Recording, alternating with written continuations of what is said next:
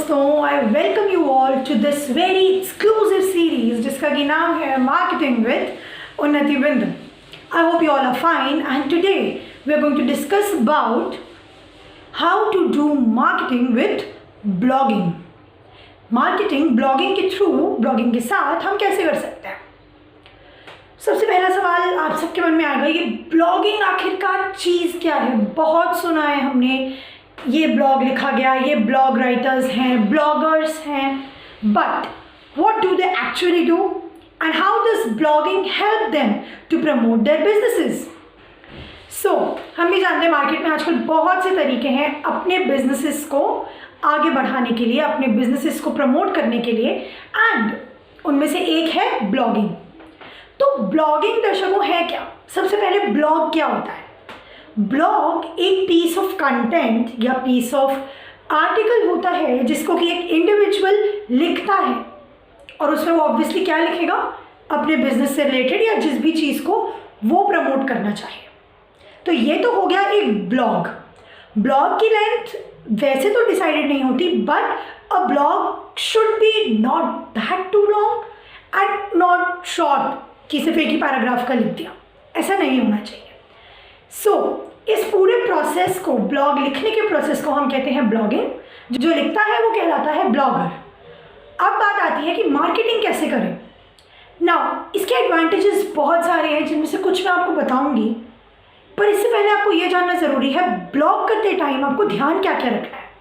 तो दोस्तों, ब्लॉग करते टाइम आपको एक चीज़ का बहुत बहुत बहुत अच्छे तरीके से ध्यान रखना है जिसको कि हम कहते हैं रेलेवेंसी. अब रेलेवेंसी का मतलब क्या होता है?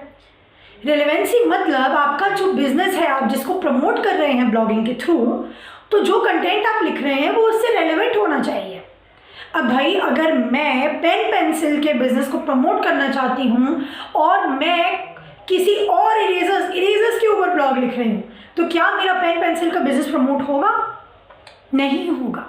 So in the same way, the blog that you write must be complete and 100% relevant to your business that you want to promote. Relevancy के बाद वो ब्लॉग की रीच, आखिरकार वो ब्लॉग पहुंच कितने लोगों पे रहा है. रीच आपके हाथ में होता है डिसाइड करना. जैसे कि मैंने कहा था, नेटवर्किंग बहुत इंपॉर्टेंट है. तो रीच बढ़ाने में one of the major factors is networking. तो ब्लॉग आपने लिख लिया, पर ब्लॉग को सही ढंग से प्रेजेंट करना, आप अपने प्रोडक्ट्स या अपनी सर्विसेज को उनके सामने कैसे प्रेजेंट कर रहे हैं कुछ शब्दों में. तो इसके लिए जो भी आपका ब्लॉग राइटर है, या आप खुद लिख सकते हैं, कोई भी लिख सकता है, तो उसको माइंड फ्रेम बहुत क्लियर होना चाहिए कि मैं अपने ब्लॉग में क्या लिखने जा रहा हूँ और मैं कितनी इफेक्टिवली उसको प्रेजेंट कर सकता हूँ. अब आई बात ब्लॉग को प्रमोट करने की. तो सबसे पहली बात, अब आप चाहेंगे कि लोग अगर आपके बिजनेस से रिलेटेड सर्च करें तो वो सबसे पहले जो भी सर्च इंजन यूज़ करेंगे वो उस पर टाइप करेंगे और आपका ब्लॉग पहले आना चाहिए, जिसको कि हम कहते हैं search engine optimisation.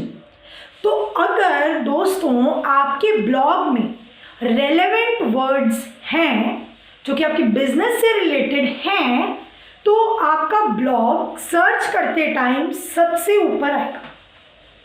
And that is what we call search engine optimisation. आपने देखा होगा ना कि आप कभी भी कुछ अगर टाइप करते हैं गूगल पे, then you find the list of results. तो आपने कभी सोचा है कि पहला रिजल्ट पहला क्यों होता है, आखिरी रिजल्ट आखिरी क्यों होता है, और 10वें पेज वाला रिजल्ट 10वें पेज पे क्यों होता है? क्योंकि ये रेलेवेंसी दिखाता है हमें.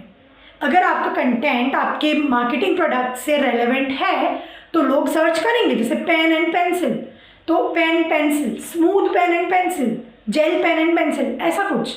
तो ये सारे वर्ड्स आपके ब्लॉग्स में होने चाहिए, जिससे कि लोग अगर सर्च करें तो आपके ब्लॉग में वो चीज़ें बहुत अच्छे से क्लियरली मेंशन और आपका ब्लॉग टॉप के लिंक्स में है. तो अल्टीमेटली लोग आपका ब्लॉग विजिट करेंगे, एंड अगर लोग आपका ब्लॉग विजिट करेंगे तो they will get to know about a product. और इस वे में थ्रू ई ब्लॉगिंग आपका जो प्रोडक्ट है वो प्रमोट होगा.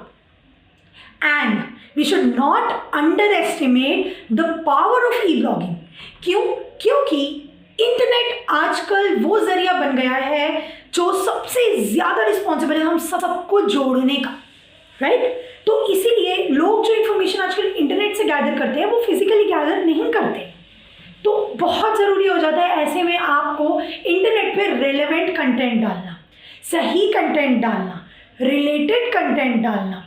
और ब्लॉगिंग की जो लैंग्वेज है, language in sense English, Hindi, वो तो आप कोई भी रख सकते हैं, बट जो उसका तरीका है, जो उसमें आप अपने वर्ड्स यूज़ कर रहे हैं, उसमें जो आप अपने शब्दों का प्रयोग कर रहे हैं, मेरे प्रिय दोस्तों, वो काफ़ी आसान होना चाहिए। वो इतना टफ नहीं होना चाहिए या इतने डिफ़िकल्ट वर्ड्स नहीं यूज़ करने चाहिए कि सामने वाले को समझ में ना आए, क्योंकि आपके लिखने का औचित्य ही क्या है अगर सामने वाला आपकी बात पढ़ के ना समझ सके। So you need to be very crisp, clear, relevant, easy, smooth with your content. तो इसमें आप कह सकते हैं थोड़ा कंटेंट मार्केटिंग, डिजी मार्केटिंग सब मिक्स हो जाता है, क्योंकि आप जो ब्लॉगिंग कर रहे हैं वो एक तरह से राइटिंग फॉर्म ऑफ मार्केटिंग है जिसे आप इंटरनेट पे प्रमोट कर रहे हैं। तो you need to be very clear in your thoughts. Disadvantage कभी कभार दोस्तों ये हो जाता है, अगर आप इरेलीवेंट वर्ड्स यूज़ नहीं कर रहे और आपने अपना पूरा बिजनेस एक्सप्लेन कर दिया बट वो ऊपर नहीं आएगा, तो आपकी पुअर सर्च इंजन ऑप्टिमाइजेशन होगी, आपका बिजनेस ऊपर नहीं आएगा और आपके बिजनेस की रीच ज़ीरो रहेगी। एंड आई नो कि कोई भी नहीं चाहता उसके बिजनेस की रीच ज़ीरो हो, right? So you need to be very crisp and clear with your content, and that is how you can write a blog telling other people about your businesses. Crisp, clear, relevant is the key. Thank you.